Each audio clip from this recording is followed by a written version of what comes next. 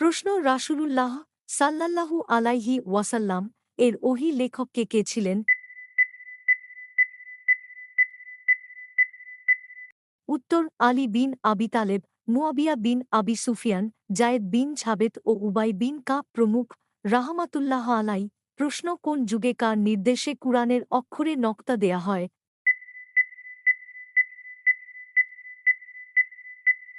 উত্তর উমাইয়া খলিফা আব্দুল মালিকের যুগে হাজ্জাজ বিন ইউসুফের নির্দেশে একাজ হয়। প্রশ্ন কুরআনে নকতা দেয়ার কাজটি কে করেন?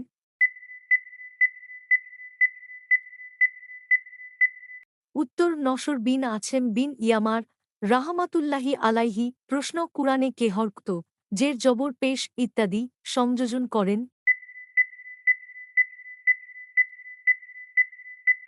উত্তর খলিল বিন আহমাদ আল ফারাহিদি রাহমাতুল্লাহি